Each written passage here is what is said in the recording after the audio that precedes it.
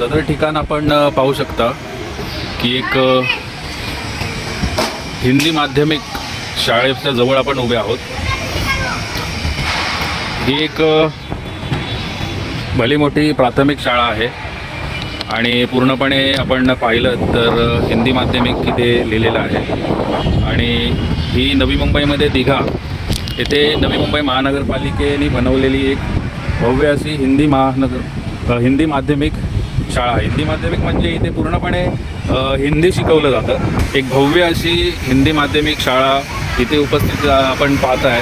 1ली ते 8वीपर्यंत ही शाळा आहे आणि इथे जे हिंदी बहुल जे नगर आहेत, वस्त्या आहेत, तेथील लहान मुलांना शिकण्यासाठी हे बनवलेलं आहे।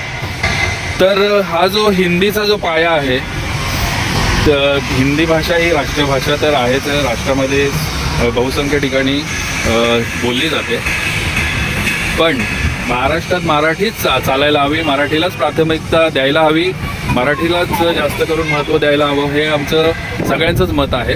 पण हे सरकार कसं आहे ते तुम्ही पाहू शकता की त्यांनी हिंदी माध्यमिक शाळा आणि हिंदी भाषिक कसे वाढावेत आणि त्यांना मराठीची अडचण ती कधीच येऊ नये यासाठी जी केलेली तरतूद आहे ती आपण पाहू शकता। इथे सगळे विषय जे आहेत मराठीमध्ये हिंदीमध्ये शिकवले जातात आणि मराठी हे एक ऑप्शन म्हणून इथे भाषा एक विषय आहे जे तुम्ही शिकू शकता। म्हणजे मराठी भाषेचा एक विषय आहे तो एक आहे, पण ह्याच्यामध्ये मराठी तुम्हाला भूगोलसुद्धा हिंदीमध्ये आहे, गणितसुद्धा हिंदीमध्ये आहे, सायन्ससुद्धा हिंदीमध्ये आहे। त्यामुळे त्यांना कधी मराठी शिकावीच किंवा त्याची शिकण्याची अशी खास अशी गरज पडलेली नाही आहे, कारण ऑलमोस्ट त्यांना असं सगळे काही विषय हे हिंदीमध्येच आहेत, हिंदी माध्यमिक शाळा असल्यामुळे। तसेच गुजराती माध्यमिकही काही ठिकाणी शाळा आहेत।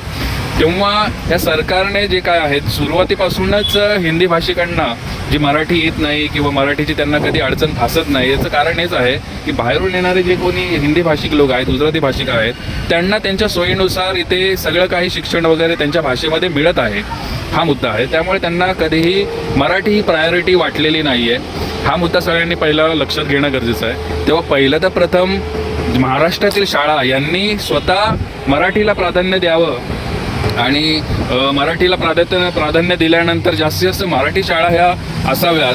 तेव्हा कुठेतरी जे कोणी बाहेरचे लोक येणारे आहेत ते सुद्धा मराठी भाषाच जास्तीत जास्त करून शिकतील, त्यांची मुलंसुद्धा मराठी भाषा शिकतील।